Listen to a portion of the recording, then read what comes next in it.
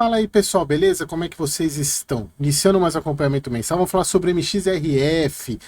Fazia tempo que eu não recebia tanta mensagem, tanto de inscrito aqui no YouTube, como o pessoal lá no grupo do WhatsApp grande. Eric, fala sobre MXRF, o caso do MCLO, tá dando problema, vamos, grava, quero ouvir sua opinião. E assim, às vezes eu não gravo, eu tenho a minha sequência de gravação, mas eu vi tantas pessoas falando. E aí, esse fim de semana, também estamos terminando o carnaval. Normalmente eu não gravo de domingo, agora é domingo, quase 9 horas da noite. Normalmente eu não gravo de fim de semana, porque eu fico com a minha filha. Mas já que o pessoal pediu, eu vou gravar. E hoje eu até assisti o vídeo do Kiko, do Dicionário do Investidor, um cara que eu respeito bastante. Eu vi um pedaço do vídeo dele falando sobre isso. E pelo tom de desabafo dele, eu já dá para entender o porquê que vocês estão pedindo tanto, o porquê que surgiu tanta questão isso. A gente até sabe de onde que veio essas questões. E até pelo tom de desabafo do Kiko, já dá para até saber o porquê. Então eu resolvi gravar, Vou falar um pouco sobre o relatório gerencial, depois eu vou falar da minha opinião sobre a questão da compra que o fundo fez. Mas vamos lá, vamos mais um mês aí acompanhando o MXRF, o fundo com o maior número de cotistas da nossa bolsa.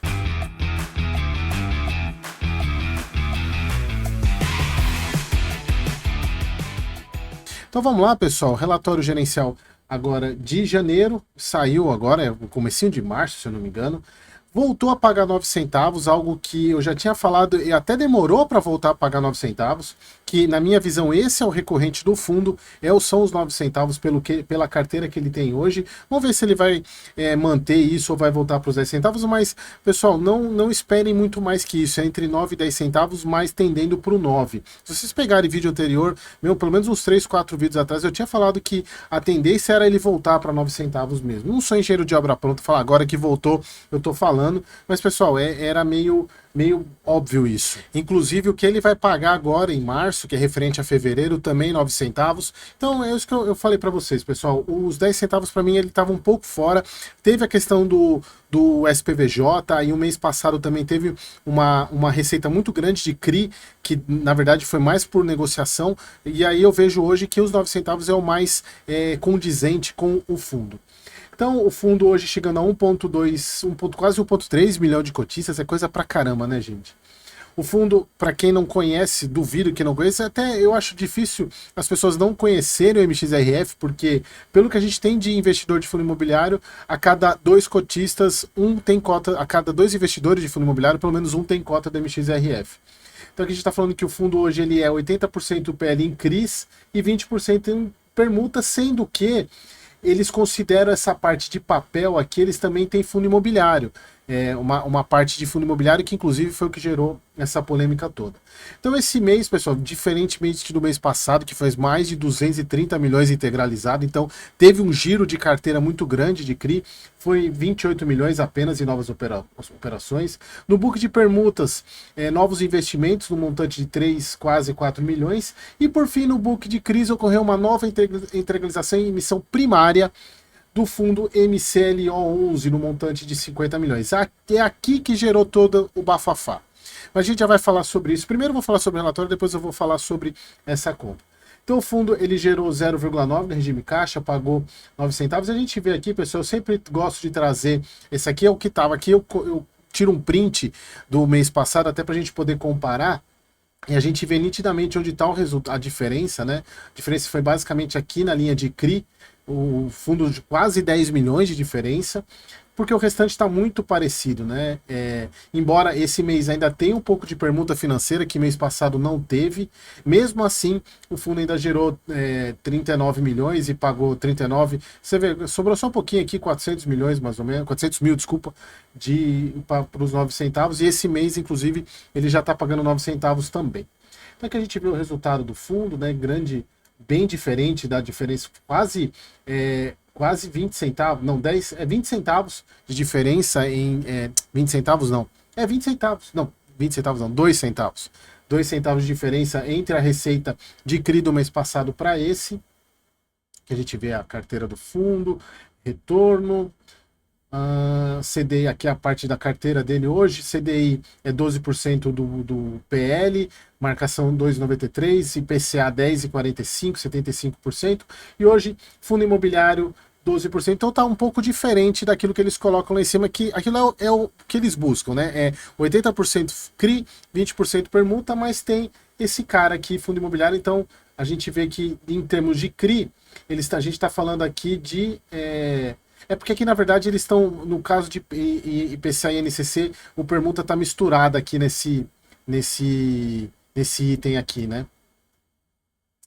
Bom, aqui a carteira. Vamos ver, pegar as compras que o fundo fez esse mês. Cadê? Ué, cadê as compras que ele fez? Cadê as compras que o fundo fez? Ele não colocou os CRIs que foram comprados? Aqui.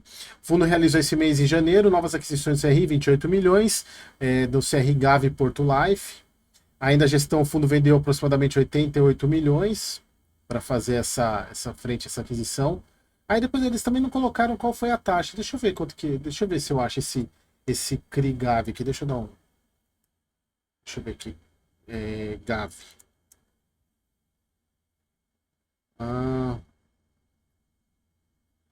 Cadê ele? Terei que procurar aqui. Bom, não interessa muito. O que interessa mesmo é o que vem daqui a pouco. Aqui as questões de acompanhamento, então nada de novo aqui. No book de permutas, né, como a gente já sabe, o fundo gerou 1 centavo por cota esse mês. A gente já vai falar sobre esse cara aqui.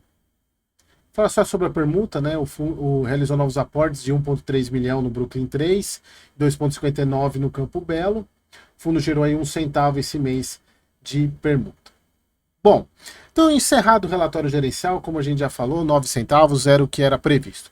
Então vamos falar sobre esse cara aqui, né, pessoal? O que está acontecendo? O fundo participou de uma emissão primária do MCLO 11 em 50 milhões. E aí, pessoal, a grande questão é a seguinte. Primeiro, a gente tem que fazer um parênteses aqui, porque na teoria, como a gente está vendo o mercado tão descontado, qual é a intenção, qual seria o porquê que o MXRF participaria de uma emissão primária? É claro, pessoal, que isso daqui tem muito cara de ser ancoragem mesmo, e eu já vou dar minha opinião sobre isso lá na frente, mas é praticamente ancoragem. Mas o quanto que isso representa, tanto para o MXRF quanto para o MCLO, então tem várias questões que a gente precisa olhar, ter aquele pensamento de segundo nível, que eu sempre gosto de falar para vocês, e nunca julguem um investimento sem você ter o resultado. Por isso que eu falo para vocês que não adianta a gente querer ficar dando chilique aqui na internet e ficar falando, criticando a gestão sem saber o resultado lá na frente. Critica quando tem o resultado e não na operação. Embora, pessoal, a gente saiba que com a quantidade de fundos que tem desconto hoje, esse MCLO é um fundo de logística, será que não tem nenhum outro fundo de logística que o MXRF poderia investir? Por isso que eu tô falando, isso aqui tá com muito cara de ancoragem. Mas vamos lá, pessoal, então vamos falar sobre esse fundo. Deixa eu dar uma reduzida aqui. Pessoal, primeiro, o MCLO, ele foi um fundo, ele foi agora em janeiro, fundo da Mauá, que foi dividido em duas subséries, né? Cota única, duas subséries. Eu não vou entrar no mérito da explicação dessas duas subséries, dessas duas subclasses, na verdade. Foi classe A e a classe B. No caso, a classe A foi 800 milhões, só que tem esse código de negociação, ou seja, a classe A não foi aberta para negociação na bolsa, somente a subclasse B. Somente a subclasse B, que é com o ticker de MCLO 11, tá aqui, né? Então, 446 milhões, no total aí dá mais de 1,2 bi a oferta. Então, pessoal, só um dos pontos aqui primeiro, a gente tem que avaliar o seguinte, ó. Primeiro foi uma oferta apenas para investidor qualificado, ou seja, qualificado é aquele que tem R$ 1 milhão investido ou tem certificação no mercado financeiro. Então não é para público em geral, é como se fosse uma oferta restrita, tá? Aqui que começam os pontos, pessoal. Primeiro, administrado pela XP. A coordenadora e administração desse IPO foi a XP. Então, se levantou a questão seguinte, poxa, eu vou usar a própria XP, a coordenadora, é ela que recebe as taxas de tanto estruturação, todas as comissões, ela que recebe. Então eu vou pegar meu fundo da casa e vou participar para poder ganhar isso. Então aí que a gente começa a levantar alguns pontos. Primeiro, pessoal, quanto foi o montante captado? Quer dizer, o montante inicial foi de 1 bilhão 246 milhões. Quanto que foi captado? Aí a gente pega o encerramento, eu não sei porquê, deixa eu fechar aqui, para não ficar abrindo toda hora. Quanto que foi captado? 1 bilhão 246 milhões, ou seja, o Mauá, o MCLO, ele captou tudo aquilo que foi previsto no prospecto inicial. E aí a gente olha aqui, pessoal, primeiro, na questão de cotas A, que é aquele que não foi negociado na Bolsa, apenas um fundo de investimento pegou 80 milhões de cotas. Já que foi negociada, que teve a participação, foram 24 fundos de investimento. Ou seja, não foi só MXRF. Foram vários outros fundos. E até o próprio Kiko, no vídeo dele, ele fala isso. Que inclusive algumas coisas que ele falou lá eu vou acabar repetindo aqui porque eu tenho mesmo pensamento dele. Primeiro, não foi só MXRF. E aqui quando a gente fala de fundos de investimento, a gente está falando tanto de fundo imobiliário, a gente está falando de fundo multimercado, a gente está falando de fundo de pensão, está falando de vários tipos de fundo. Que é difícil a gente saber, incluindo fundos imobiliários. E não só foi o MXRF, nós temos aqui Capitânia, pessoal, CPTS, que também aí podem levantar a questão. A Capitânia também tem uma participação da XP. O CPTS ele pegou 2,6%. Eu teria que fazer as contas aqui para saber. E os fundos detidos pela Capitânia, 8,6%. Então, quase aí, se a gente for pegar dentro desses 8,6, tá esses 2,6 aqui. E quando a gente fala fundos geridos pela Capitânia, não é só fundo imobiliário, tem os fundos multimercados, tem outros fundos também aqui. Então a Capitânia participou, VGHF também, se a gente for pegar lá no relatório, ele também participou, pagou 15 milhões aqui, pegou 15 mil cotas também do MCLO e vários outros, pessoal. E para a gente descobrir, a gente teria que ficar cavucando aí, tem que esperar os próximos informes trimestrais, porque grande parte dos fundos aí, a gente precisa saber, por exemplo, o HGLG. O HGLG ele não divulga quais são os fundos imobiliários que ele investe. Por ser um fundo de logística, faria sentido, por exemplo, um fundo de logística participar. Então, a gente não sabe que fundo que o HGLG investe. Outros fundos, a gente, por exemplo, BRCO, se ele investir, VILG. Então, a gente não sabe no relatório. Então, tem que esperar o próximo informe trimestral para a gente tentar descobrir quais foram outros fundos, né? E se não só fundo imobiliário, mas outros fundos. Então, primeiro, isso aqui já parte por terra, não foi só o MXRF, não tem, aí a questão, por que o carnaval só em cima do MXRF? Não foi só ele. Outro ponto, foi levantada a questão seguinte, que eu falei no início, vamos ver, a XP vai ganhar a taxa de administração. Pessoal, nós estamos falando de uma captação de 1,2 bi e o MXRF, pessoal, participou de 50 milhões. É que eu acabei fechando ele aqui, deixa eu abrir de novo o relatório. O MXRF, pessoal, ele captou 50 milhões. 50 milhões de 1,2 bi não dá nem se for 120 milhões dá 10%, dá menos de 5% da parte, nem isso, né? Agora de cabeça aqui, se a gente for pegar e dividir aqui a participação, se a gente pegar 5 dividido por 1, 2, 4, tá dando menos de 1%. É muito pouca participação, pessoal. Não faz o menor, assim, até disso que ele tirou taxa. Então, pessoal, aqui é o primeiro ponto. Mas a grande questão é a seguinte. Por que o MXRF fez isso? E para a gente fazer essa ideia, e aí é o que eu quero trazer esse pensamento de segundo nível para vocês, e para mostrar para vocês que a gente não pode tomar decisão de conclusão nenhuma com base no investimento em si, no resultado, a gente tem que comparar. Bom, o fundo teria 50 milhões para investir. Ele usou 50 milhões para investir no MCLO. Mas onde que ele poderia investir esse dinheiro? Ele poderia investir aonde? E sem contar, pessoal, que o fundo ele já soltou um fato relevante, que ele comprou já os 4 CDs que estão lá no prospecto da emissão, 4 CDs do Jundiaí, Cajamar, Duque de Caxias e Ribeirão Preto, foi gasto aí valor de aquisição 1,7 bi, 1,07 bi, sendo que o total 970 foi pago, já foi pago à vista, e 100 milhões vai ser pago após 12 meses, ou seja, tem o Seller Finance ainda, e ainda, sem contar que o fundo ainda tem mais 200 milhões rendendo aí, que ele ainda pode usar, porque ele captou 1,2 bi. Então aqui só mostrando as compras, então daqui a pouco a gente vai falar no prospecto, mas o que eu quero falar para vocês é o seguinte, bom, então pessoal, o fundo, ele tem os 50 milhões, o MXRF, agora falando do MXRF, eu tenho 50 milhões para investir, eu tenho 50 milhões, cadê você? Tenho 50 milhões para investir e eu tenho que escolher. Por que eu vou escolher o MCLO, um fundo de logística, e os outros fundos? Eu não poderia, se eu quero investir em fundo de logística, que seja eles decidirem investir em fundo de logística. Vamos escolher outros. Então, pessoal, a gente tem que fazer conta. Se a gente for fazer conta, pessoal, uma das coisas que eu sugiro muito que vocês façam, inclusive, quando você calcula TIR, taxa interna de retorno, é um cálculo super simples, que você pega o valor de quanto que você paga, de quanto que você investiu e o quanto que você supõe que essa cota vai chegar. Ou você pode pegar a TIR de um período, de 2 anos atrás. Você pega quanto que estava a cota há 2 anos, quanto que a cota hoje, quanto que o fundo pagou de dividendo e vê quanto que ele teve de taxa interna de retorno. Supondo que a TIR é sempre supondo que você vai vender o ativo no final do período. Se você não tiver a venda do ativo, você não tem TIR. Tá? Então eu estou supondo aqui a venda, eu estou fazendo um cálculo aqui para 24 meses. Estou fazendo umas suposições aqui. Então, pessoal, vamos supor o seguinte. E aqui eu peguei dia 6/1, até para vocês entenderem o porquê. Porque no encerramento, a integralização foi no dia 6. Onde que mostra? Agora eu não lembro onde que fala da integralização. Foi no dia 6 de... Foi no dia 6 de fevereiro foi no dia 6 de fevereiro a integralização. Agora eu não lembro onde que eu peguei esse número. Bom, em algum lugar tá. Em algum lugar tá. Depois vocês procuram. Foi no dia 6... Não, dia 6 de janeiro, minto. Foi no dia 6 de janeiro a integralização. O fundo captou esse valor aqui. Se a gente for pegar aqui, ó, foi dia 7 de janeiro. Foi no dia 6 de janeiro a integralização. Tá? Então eu estou considerando esse dia como o dia que ele foi lá e pegou as cotas para o valor que foi integralizado no patrimônio do fundo. Então, pessoal, voltando lá para o nosso Excel.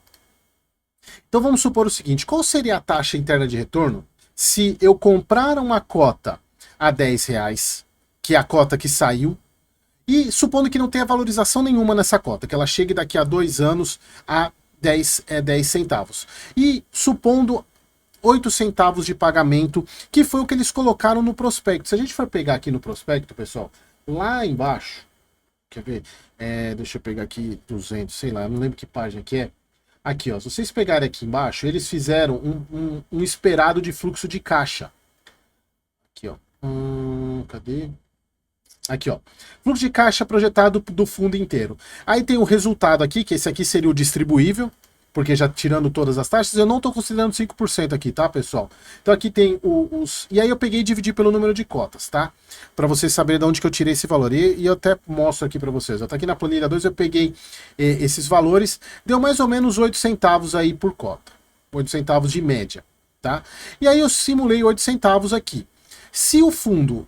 Você comprou a 10 e vendeu a 10 e recebeu 8 centavos, sua TIR mensal, sua taxa interna de retorno mensal vai ser de 0,77%, tá? Então esse daqui. Só que, se a gente for pegar o fundo hoje, o fundo hoje não, ele apresentou, se a gente for pegar aqui, deixa eu só achar aqui onde que tá, MCLO11, que ele divulgou já o primeiro rendimento dele, acho que foi 0,99.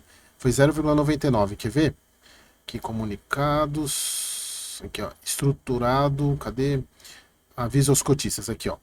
Ele já divulgou aqui ó, ele divulgou pagamento de março, né, ó, de 0,099. Então, pessoal, supondo que seja isso, porque aquilo ali é a premissa que estava no prospecto. E aí tem tudo a ver a questão do preço de compra, que o fundo pode ter pagado mais barato do que ele se propôs a pagar. Vamos supor que seja 0,09. Então, se a gente passar isso para 0,09 até o final, a TIR vai para 0,87. Beleza, então o que eu vou fazer? Eu vou comparar com outros fundos. Então, pegar o HGLG. Pessoal, eu peguei a cotação do HGLG no dia 6/1 e supondo que pelo menos ele chegue no patrimonial em 24 meses. Você investiu a 150 em 91, recebeu 1,10 aí durante 2 anos e lá no 24º mês você vendeu, pelo menos ela se valorizou até o patrimonial. Porque aqui eu tô pegando a cota no patrimonial, tá? Porque aqui ela saiu no patrimonial, então eu tô supondo que comprou e vendeu no patrimonial. Aqui eu tô comprando com deságio e vendendo no patrimonial. Então olha só, pessoal, a TIR mensal no HGLG 0,98. Pouco superior, mas em tese. Agora vamos pegar o LVBI. O LVBI já deu uma discrepância grande. Por quê? A gente pegar a cotação inicial no dia 6/1, 94,97, a patrimonial dele 124, ele está pagando 80 centavos. olha a TIR dele, já vai para 1,87. Então, no caso LVBI, se ele se valorizar até a patrimonial, você tem uma TIR praticamente 1% aqui, ó, bem maior, né? Ou seja, quase dobro, é praticamente o dobro da TIR do MCLO. Se a gente for pegar o BRCO, por exemplo, outro fundo de logística, e calcular a TIR dele, na mesma história, na mesma ideia, cotação lá de 6 do 1, a patrimonial dele, que ele valoriza pagando 87 centavos, a TIR de 1,57. E por fim o VILG, né, que o VILG é o mais descontado de todos, a gente tem uma TIR aí de 2,31. Então, pessoal, olhando por isso, a gente tem uma noção de que fato, por exemplo, ele poderia ter investido num VILG, supondo que o VILG vá se valorizar pelo menos a patrimonial. Tá? Isso aqui é mostrando os deságios que os fundos estão. Inclusive, pessoal, vocês podem até fazer as contas. Por exemplo, vale a pena eu vender o HGLG para comprar o LVBI, porque o LVBI precisa se valorizar muito menos para entregar mais do que o próprio HGLG. Isso daqui é uma das contas que você pode fazer. Eu gosto muito de usar a TIR, inclusive, para decidir, porque o dinheiro é finito. A gente tem que ter isso em mente. O dinheiro é finito. Então, eu posso chegar no momento e falar, eu vou vender um fundo e vou comprar outro porque eu tenho um potencial muito maior de valorização no outro fundo, mantendo os dividendos pagando, a questão da taxa interna de retorno. Então, pessoal, olhando por isso, a gente tira duas conclusões. A primeira é a mais óbvia, que de fato, talvez não tenha sido a melhor escolha. Não tenha sido a melhor escolha porque eu tenho fundos hoje de logística que podem me entregar muito uma taxa interna de retorno muito maior do que o próprio MCLO. Só que tem a segundo ponto. Percebam, pessoal, que isso aqui é tudo premissa. Eu não sei o que pode acontecer. E se a cotação final do MCLO subir para 11? Sei lá. Olha para quanto que vai a taxa de retorno, 1,23. Já fica maior do que o HGLG, fica próximo aqui do BRCO. Não tem como a gente saber. Eu tenho que me basear na situação de momento. No momento, a minha ótica, olhando no papel, a minha ótica é que não fez muito sentido a compra do MCLO, exatamente porque existem outros fundos com maior quantidade, uma maior porcentagem de desconto. Então, pessoal, aqui é a parte técnica. Parte técnica que de fato não faz muito sentido, a não ser a ancoragem. E aí, pessoal, eu volto a falar o seguinte. Primeiro ponto. Vamos voltar a falar primeiro sobre conflito de interesse. Se você é contra conflito de interesse, não invista em fundo imobiliário. Saia desse mercado, vá para renda fixa, vá para qualquer outra classe, mas saia de fundo imobiliário. Todo fundo imobiliário vai ter conflito de interesse. Você não... Está balançando meu cabelo aqui. Você não pode avaliar uma decisão com base apenas no conflito de interesse. Você tem que avaliar o resultado disso. Será que foi a melhor escolha? Bom, esse é o primeiro ponto. Segundo ponto, ancoragem. Pessoal, desde que o mundo é mundo, desde que iniciou-se os investimentos em fundos imobiliários, ancoragem ela faz parte e vai continuar fazendo parte. Quer queira você concordando ou não. Tá? Quer queira você concordando ou não.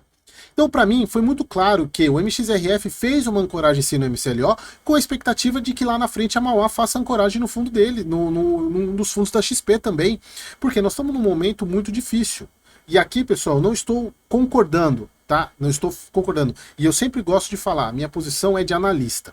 Tá? Por mais que alguém sempre fala aí, que bom, não vou entrar nesse mérito, que eu não falei que eu não ia falar mais sobre isso. A ancoragem, ela é um mecanismo, de fato, um está ajudando o outro. Um está ajudando o outro porque a gente está num momento... E aí o Kiko, ele fala um negócio que é muito bacana, que eu concordo muito com ele. Pessoal, a gente está num momento de mercado muito ruim, só que os fundos imobiliários precisam continuar a existir. Eles precisam ser criados. Então, o MCLO, ele foi criado num momento muito ruim. Muito ruim. Só que são nos momentos ruins que a gente tem as melhores oportunidades. E o dinheiro tá caro. Qual é o dinheiro mais barato que o fundo imobiliário pode ter? É um outro fundo imobiliário entrar e comprar. Pode não ter sido a melhor escolha para o MXRF? Concordo, eu mostrei para vocês, talvez não tenha sido. Mas será que lá na frente, daqui 2 anos, não pode se mostrar um bom investimento? O que eu questiono, pessoal, na questão da ancoragem é o seguinte: sempre vai ter, esse é o ponto, ela vai continuar a existir, não é porque você não quer que exista. Aliás, se você não quer, que não concorda com a ancoragem, também sai de fundo imobiliário. Saia de fundo imobiliário porque vai continuar a existir ancoragem. A grande questão é a seguinte: todas as gestoras querem ganhar dinheiro. A grande questão é a seguinte: você, como investidor, também está ganhando dinheiro junto? É isso que você tem que avaliar. Você está ganhando dinheiro junto? A gente não tem como saber se a situação daqui a um tempo vai ter se mostrado um bom investimento. Ou se lá na frente falar o MCLO foi uma porcaria, aí desce o pau e fala, vocês erraram porque escolheram errado. Mas agora não tem como a gente saber. Não tem como a gente saber. Mas de fato, pessoal, aqui só para deixar claro tudo isso aqui. Isso para mim é obviamente ancoragem tanto da XP, tanto da Capitânia, quanto do VGHF, todos ancoraram esse fundo para ajudar o fundo. Mas aí, pessoal, a gente tem que lembrar, e aí eu quero voltar para você. O fundo captou 1.2 bi, se a gente viu, né? 1.2 bi. Foram 24 fundos de investimentos. Até onde eu sei, olha só, a gente for pegar aqui e fizer as contas, 8% de 1.2, se a gente for pegar aqui, só fazer as contas aqui. Vou pegar aqui embaixo, né? Deixa eu pegar aqui. A Capitânia, 8%, 8% de vezes 1.2 bi. Ela captou, se a gente for pegar aqui, ela fez 96 milhões. Tá? Ela captou 96 milhões. A XP, no MXRF, foram 50 milhões. Foram 50 milhões. Deixa eu pegar aqui. Aqui foi a XP. O VGHF foi quanto? O VGHF foi 15 milhões. Estou no Excel. 15 milhões. Pessoal, concorda que para 1.12, quanto que foi aqui? A captação 1246. 1246. 124.246 000. Olha só, pessoal, a gente tá falando, tá faltando dinheiro aqui pra caramba, né? Se a gente for pegar, ó, esse aqui menos a soma desse aqui. Quero aqui, ó, eu apanho do Excel. Esse mais esse mais esse. Ele tá falando aí, tá faltando 1 bi ainda. Que ancoragem, hein? Não, pessoal, é o seguinte, é claro que pode ter muitos outros fundos imobiliários que participaram lá, mas, pessoal, a questão é a seguinte, a gente tem que parar um pouquinho de ficar só criticando e tentar entender a situação. Chega a ser engraçado esse tipo de coisa, né? Mas assim, pessoal, lembrando aqui, eu não tô passando pano de jeito nenhum, eu também não tenho por que passar pano. Mas assim, eu tenho que fazer o papel e mostrar para vocês na prática, conta, que é o que está faltando. Eu vejo muitas pessoas criticar, mas não fazem conta. Não coloca no Excel, faz conta. Você vai ver, vocês vão ver que que impacto é esse. Então, pessoal, é isso. Espero que vocês tenham entendido. Eu sei que eu vou receber um monte de comentário xingando aqui, faz parte. Mas também vou adotar a postura que o Kiko até comentou no vídeo dele. Se começar a falar besteira aqui nos comentários, eu vou bloquear, não assiste mais meus vídeos. E até um ponto que ele falou, a pessoa vai perder a chance de um momento querer tirar uma dúvida comigo.